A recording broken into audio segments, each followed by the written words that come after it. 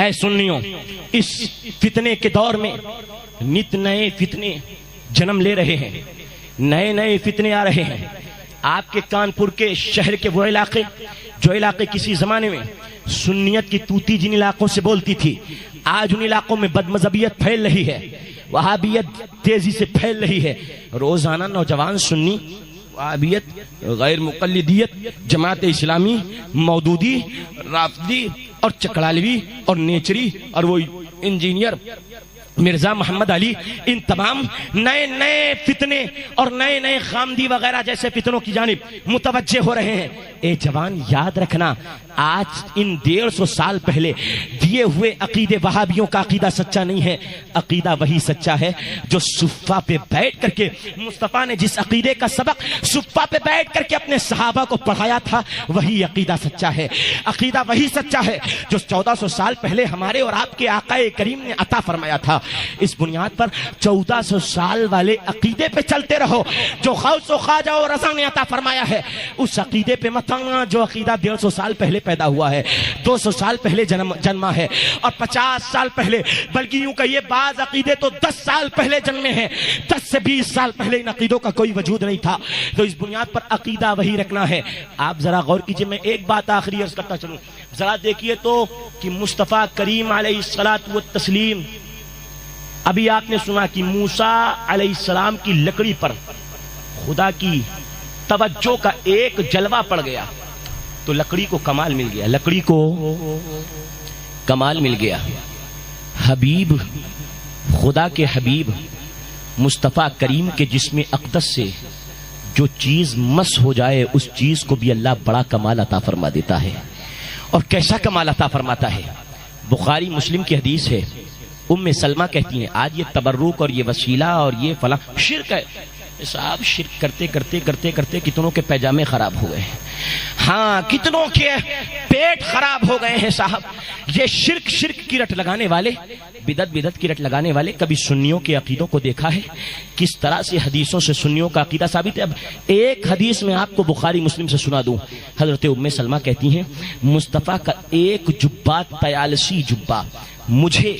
سیدنا ام سلمہ کہتی ہیں وراثت میں ملا، آقا کریم علیہ السلام سے مطلب تبرک میں ملا، آقا کریم سے ایک طیالسی جبہ ملا۔ آقا دنیا سے تشریف لے گئے جب ظاہری طور پر، اور مدینہ میں بیمار ہو جاتا اور سارے حکیم اور طبیب جواب دے دیتے تو ام سلمہ کہتی ہیں وہ بیمار کو لے کر کے میرے دروازے کی کنڈی پہ دستک دیتی اور کنڈی کھٹکھٹاتے،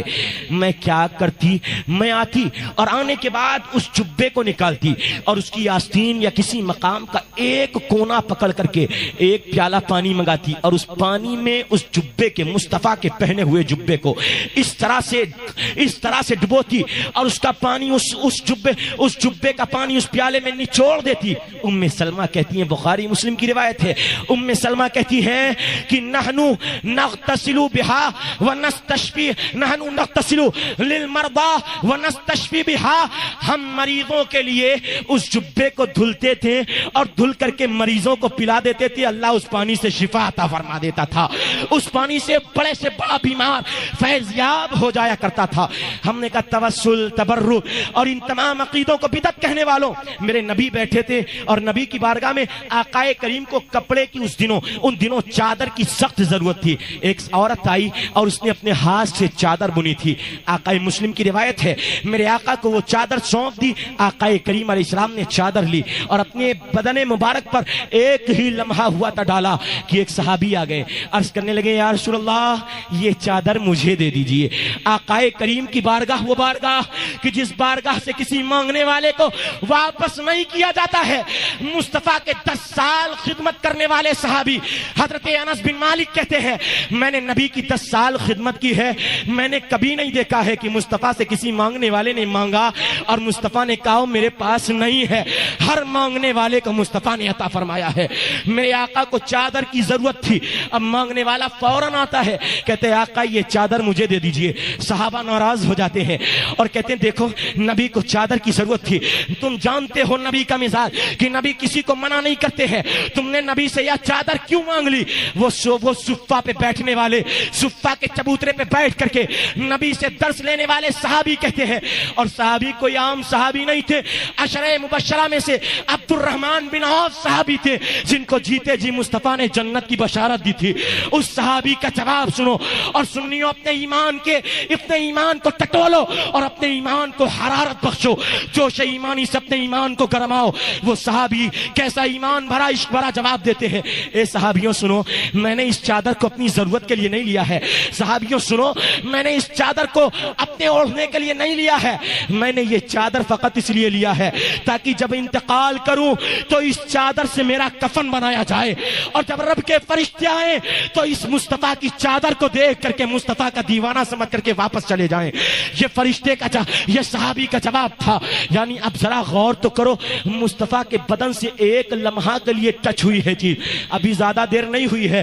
ایک لمحہ کے لیے وہ چادر مصطفیٰ کے بارگاہ میں آئی، دوسرے لمحہ نبی نے زیب تن فرمائی، تیسرے لمحہ وہ کہ اس صحابی نے حضور سے وہ چادر مانگی، آقا نے مشکل کشائی فرمائی، اور چوتھے لمحہ آپ دیکھیے اس چادر کی بیٹری ایک لمحہ میں اس قدر چارج ہو جاتی ہے، اس قدر چارج ہو جاتی ہے کہ جہنم کی آگ سے چھٹکارا دلانے کی اس چادر کو طاقت حاصل ہو جاتی ہے، اس چادر کو فیض مل جاتا ہے۔ مصطفیٰ کے جسم پہ صرف ایک لمحہ وہ چادر رہتی ہے۔ تو آج جو مصطفیٰ کے دیوانوں جو عقیدہ خراب کرنے کی کوشش کرتے ہیں، خبردار خبردار، ان کی صحبتوں نے بیٹھنا۔ نبی کے آخری صحابی ہیں، نام ہے ابو طفیل عامر بن واصلہ، آخری صحابی ہیں، 100 سال جیتے ہیں، 100 سال کے بعد ان کا انتقال ہوتا ہے۔ سب سے آخر میں جس صحابی کا دنیا سے رخصتی ہوئی ہے، اس صحابی کا 100 سال کے بعد، اب ابن کثیر نے البدایہ والنہایہ میں روایت نقل کی ہے کہ نبی کے ایک صحابی تھے حضرت عمر، ان کا ایک بیٹا تھا، نام تھا فراس۔ ابو طفیل عامر بن واصلہ کہتے ہیں وہ فراس کو لے کر کے عمر نبی کی بارگاہ میں آتے ہیں، ان کے سر میں بہت تیز درد ہوتا تھا، آقائے کریم علیہ السلام کی بارگاہ میں جب لائے تو میرے آقا نے ان کے سر پہ ایک چٹکی سے پکڑ کر کے، کیسے ایک چٹکی سے پکڑ کر کے اس طرح مصطفیٰ نے کھینچا اور کھینچ کر کے مصطفیٰ نے ایسے چھوڑ دیا۔ اب کہتے ہیں ان کے سر میں اتنی بیماری اتنے زمانے سے تھی، مگر مصطفیٰ نے ایسے چٹکی سے ماتھا پکڑا اور ماتھے سے کھال ایسے جھٹکی، آقائے کریم علیہ السلام نے ہمیشہ کے لیے ان کی بیماری کو دور فرما دیا۔ اب عامر بن طفیل، حضرت ابو طفیل عامر بن واصلہ کہتے ہیں وہاں پر نور کے بال اگائے، کیا کہتے ہیں نور کے بال اگائے، نور کے بال۔ مگر جب مصطفیٰ کا دنیا سے ہوا اور خارجیوں کا دور آیا، جس طرح آج وہابیوں کا دور ہے، مصطفیٰ کی تشریف جاوری کے بعد کہ یہاں خارجیوں کا دور آیا اور نئے نئے عقیدے نکال کر کے حضرت علی پر شرک کا فتویٰ لگا دیا۔ ان خارجیوں نے جب نئے عقیدے گڑھے تو حضرت فراس جو تھے، یہ فراس ان خارجیوں کی صحبت میں بیٹھنے لگے اور خارجی عقیدے کو قبول کرنے لگے۔ ان کے والد حضرت عمر نے سنا یہ نئے فرقے خارجی جماعت کے عقیدے سنتے ہیں اور وہاں جا کر کے بیٹھ کر کے عقیدہ لے کر کے آتے ہیں۔ حضرت عمر نے اپنے بیٹے فراس کو کمرے میں بند کر دیا، روایت کے الفاظ فقیدہ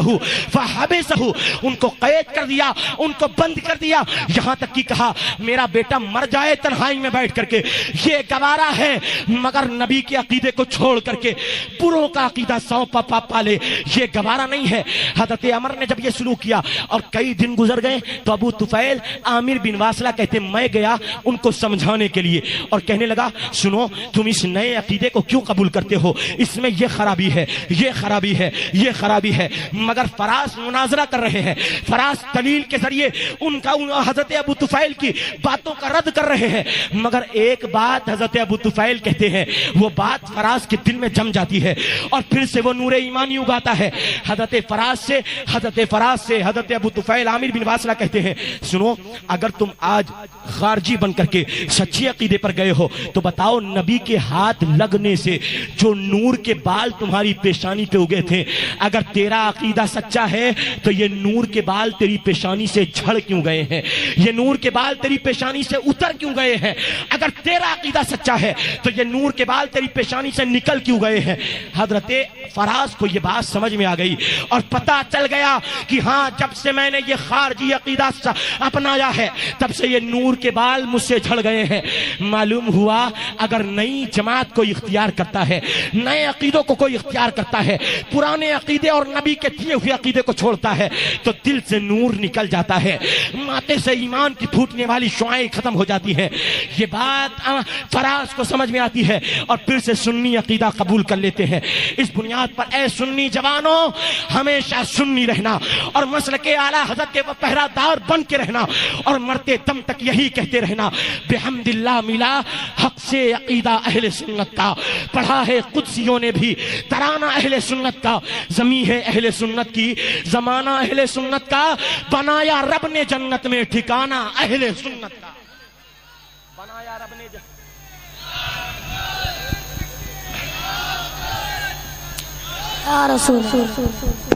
تو بس اب نعرہ تم لگا چکے ہو،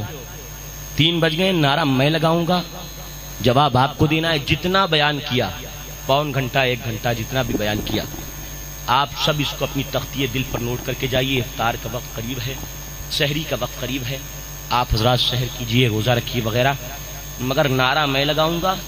نعرے کا جواب آپ سب کو ہوش اور جوش کے ساتھ دینا ہے۔ میں اتنی دور سے آیا ہوں، میں تو تھوڑا افسوس میں ہو گیا تھا کہ یار اتنی تیز اور تند ہوائیں چل رہی ہیں، اتنی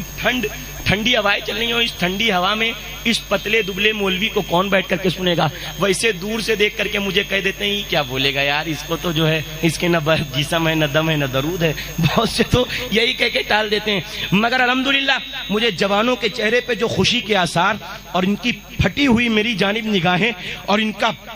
کے قوت بازو اور ان کے قوت بازو میں ایمانی جذبہ جو میں دیکھ رہا ہوں، الحمدللہ انشاءاللہ آج جو مشن تم میں پھونکا جا رہا ہے، جوانوں اس مشن کو اپنے سے لے کر کے پورے محلے میں ان علماء کرام کی سرکردگی میں آپ کو انجام دینا ہے۔ اور وہ مشن کون سا ہے؟ ایک مشن ہے جس آخری زمانے میں اس مشن کو زندہ مجدد وقت امام محمد رضا نے کیا ہے، وہ مشن آپ کو لے کر کے چلنا ہے۔ نعرہ میں لگاؤں گا، نعرے بڑے لگتے ہیں، کوئی تکبیر لگا کر کے چپ جاتا ہے، کہتا میں توحیدی ہوں، اگر یا رسول اللہ لگاؤں گا ایمان سے نکل جاؤں گا، مشرک ہو جاؤں گا۔ کوئی یا رسول اللہ لگا کے یا علی پر آ کر کے خاموش ہو جاتا ہے، کہتا ہے اگر حق 4 یار صدیق اکبر زندہ باد کہہ دوں گا تو میں ایمان سے نکل جاؤں گا، علی کا باغی ہو جاؤں گا۔ مگر میں کہتا ہوں ایک نعرہ ایسا لگا دو جس سے پتا چل جائے تم توحیدی بھی ہو، تم رسالت کے ماننے والے بھی ہو، تم صدیق اکبر کے غلام بھی ہو، تم عمر فاروق کے